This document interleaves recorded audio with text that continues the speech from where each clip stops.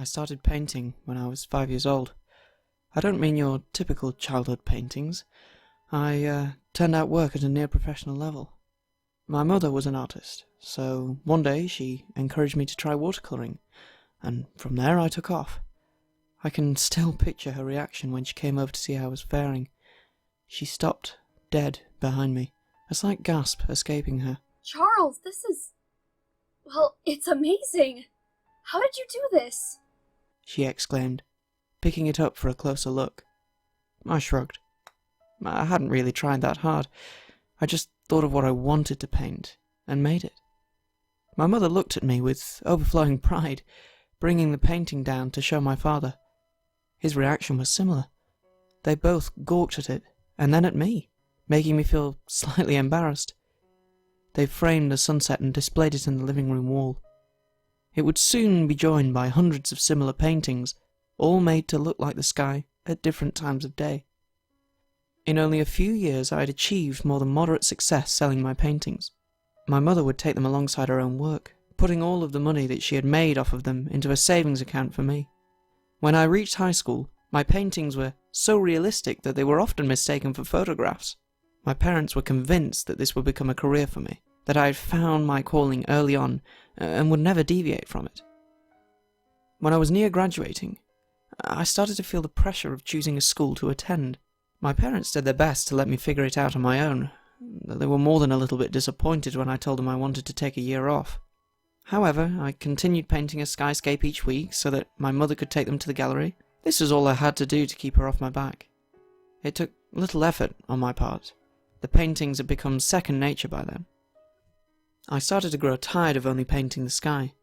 I began experimenting with more textures, darker images, putting people into my art, abstract concepts. The first time I did this openly, my mother snatched it away from me, shocked at what she was looking at. What is this? This is no good. I can't take this to the gallery! She said, giving me an exasperated look. She didn't like the image I had created, a human skull with moss growing on it and roses coming out through the eyes. I grabbed it back from her. Maybe I don't want to sell this one. Maybe I'm doing this one for me. She was miffed at me, thinking that I would ruin my reputation by branching away from my signature style. I kept boxes full of my newest paintings in my room, looking at them with a love I couldn't force myself to feel for the ones that were sold. I started staying in my room more, secretly pouring my heart out into my newest works. The twisted imagery came from feeling that I had literally painted myself into a corner, that I had confined myself by submitting to my mother's will. Hey, bud, listen, your mother is worried that you might be losing your way. This is how my father decided to greet me as I came down to the breakfast table one morning. I scowled at him. Can't this wait until I at least get some coffee? I asked him, turning away and grabbing a mug. He chuckled. Come on, kiddo. You know me. I'm not here to lecture you. She's just been talking my ears off saying she's concerned about you. Maybe you can humor her a little? After that, I only became more reclusive. My latest works became even more deranged, more sinister as my bubbling resentment spilled out onto canvas, trading serene soundscapes and classical composers for extreme, metal, and experimental noise bands. The look in my mother's eyes was pure disdain. She couldn't bear to see her painting prodigy turning into a problem child. She hounded me constantly, asking why I couldn't see that I was wasting my talents. My poor father was constantly playing referee between our bickering, oftentimes resulting in tense dinners and long stretches of silence. Things escalated the day that I ran out of paint. When I asked my mother to bring home more, her eyes lit up maliciously. If you hadn't been wasting them, you would still have plenty! She sneered. I felt my fists curl up. I saw red. You haven't even looked at them! They're beautiful! I snapped back. She laughed at me, turning away. Then I'll get them myself. I want you to give me the money in my account. I'll skip over the fight that ensued. Suffice to say, it was near-apocalyptic in its severity. I was denied my own earnings, denied more paint.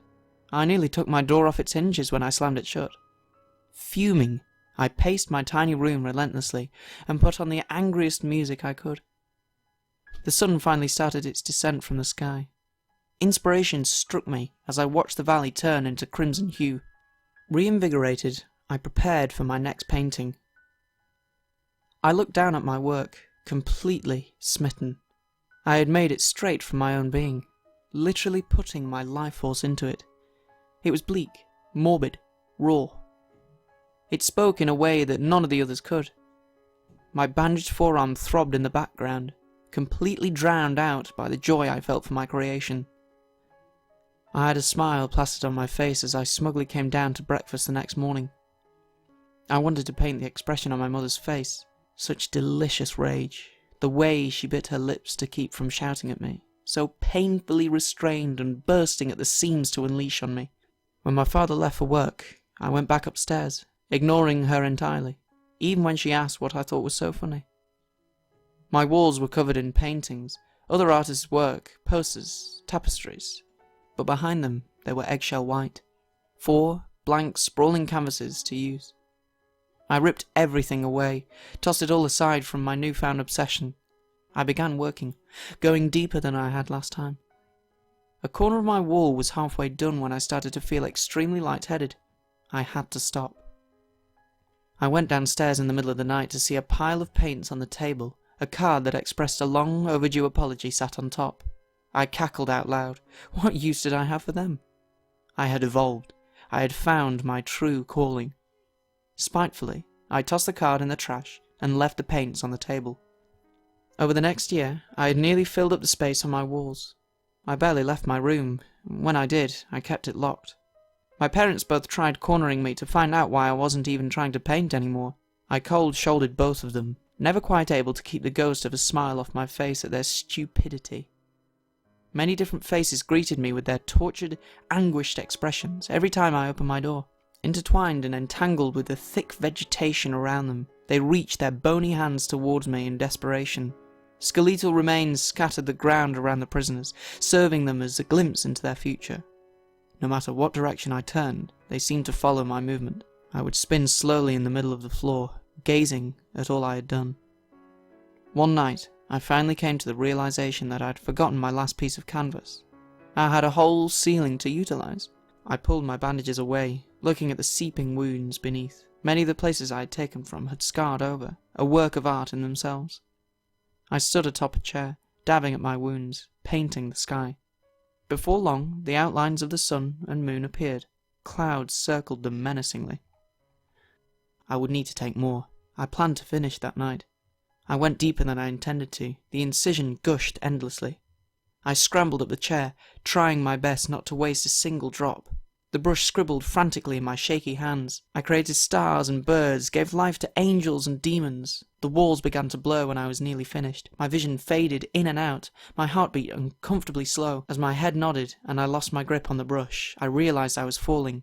It seemed to happen in slow motion. I almost died that night. My father saved my life. He heard the crash of my body falling to the floor. Thankfully, he had been walking by to get to the stairs, or he might not have. After I didn't respond to his calls to see if I was okay, he broke the door down.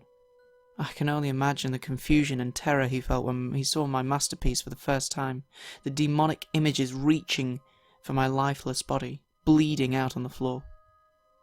I was rushed to the hospital where I was saved. The staff was much more concerned with my mental state than anything else. My parents blamed themselves. I didn't. I had unfairly shut them out, and they thought I deserved my space. How could they have known I was doing anything so disturbing? After extensive therapy, I was able to see things clearly again. Some guilt will always remain for my actions, for the pain I caused us all. Moving on was a challenge for each of us in our own ways. The most difficult part for me was learning that my masterpiece was washed away before I returned home. I was never able to see what it looked like when it was finished.